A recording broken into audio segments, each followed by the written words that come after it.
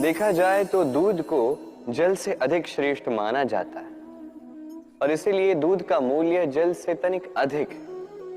अब यदि इसी दूध का अब दही बनाओगे तो इसकी जीवन आयु कुछ और समय के लिए बढ़ जाती है और इसका मूल्य कुछ और मुद्राएं अधिक। अब इसी दही का यदि आप माखन बनाओगे तो इसकी जीवन आयु कुछ और सप्ताहों तक बढ़ जाती है और मूल्य कुछ और मुद्राएं अधिक। अब यदि इसी माखन का आप घी बनाएंगे तो इसकी जीवन आयु वर्षों तक चलती है और मूल्य माखन से कुछ और अधिक मुद्रा। अब इन सब का मूल दूध ही है, किंतु इन सब की जीवन आयु में, इन सब के मूल्य में इतना अंतर क्यों? इसका कारण ये है, दूध को दही बनने के लिए खटास सहनी पड़ी, दही को माखन बनने के लिए बिलोने के आघात सहने पड़े और माखन को घी बनने के लिए घंटों तप आंच पर ताप सहना पड़ा। तब जाके ये माखन घी बना, तब जाके इसकी आयु इतनी बड़ी, तब जाके इसका मूल्य बढ़ा।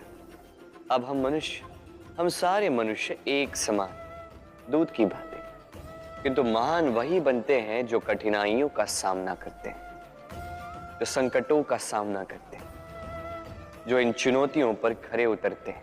यदि ये सब करोगे तभी जीवन में आगे बढ़ोगे, तभी जीवन में आपके यश की आयु बढ़ती जाएगी और तभी ये संसार आपको महत्व देता जाएगा। तनाव, दबाव, ये नाम जाने पहचाने से लग रहे होंगे, क्यों?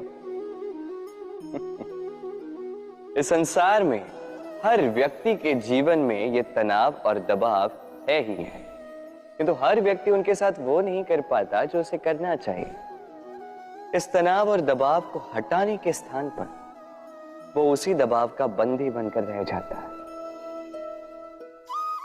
चलिए आपको इस प्रकृति का एक उदाहरण देता हूं, वो समझाने के लिए जो समझना आपके लिए आवश्यक है। कभी किसी वृक्ष को देखा होगा, उस पर आप पुष्प भी देखते हैं, फल भी देखते हैं। किसी पुष्प को हाथ में लीजिए और दबा कर देखिए, उसमें से इत्र निकलता है जो हमें भाता है।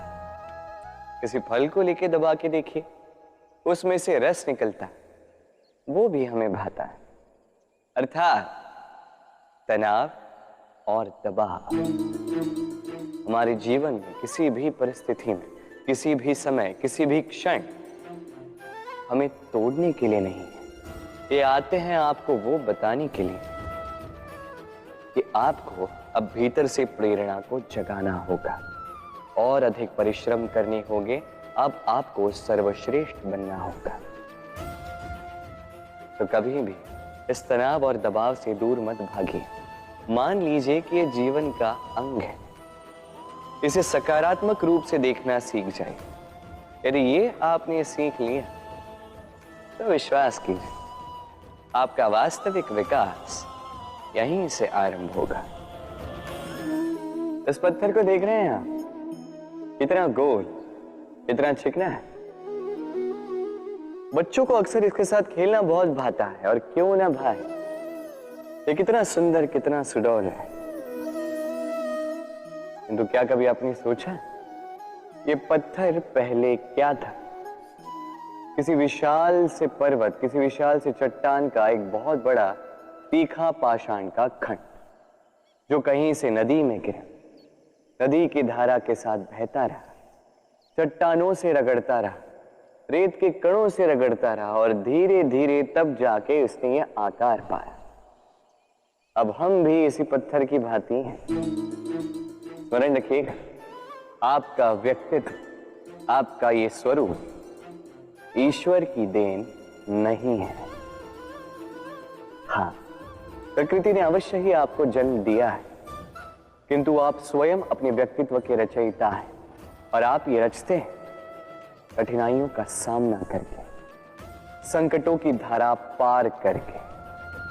तो आप भी इसी पत्थर की भांति निरंतर प्रयास करते रहिए, अपना अस्तित्व बनाते रहिए। छोटे से मनुष्य के इस छोटे से मन में चिंताएं बड़ी बड़ी पाई जाती। माता पिता की चिंता, संतान की चिंता, पत्नी की चिंता, काम की चिंता, भविष्य की चिंता आदि इत्यादि। मनुष्य का ये मन चिंताओं का पिटारा है, किंतु धीरे धीरे यही चिंता चिता बनकर व्यक्ति को समाप्त कर देती है। चलिए आपको एक बात स्मरण कराता हूं, बात जो आप पहले से ही जानते हैं। कैसी विचित्र बात है ना, देखिए, आप इस संसार में आने से पूर्व भी ये संसार था, आप इस संसार से जब जाएंगे उसके पश्चात भी संसार रहेगा। अर्थात आपके आने से पूर्व और आपके जाने के पश्चात का समय आपके हाथ में है नहीं। तो आपके हाथ में है क्या?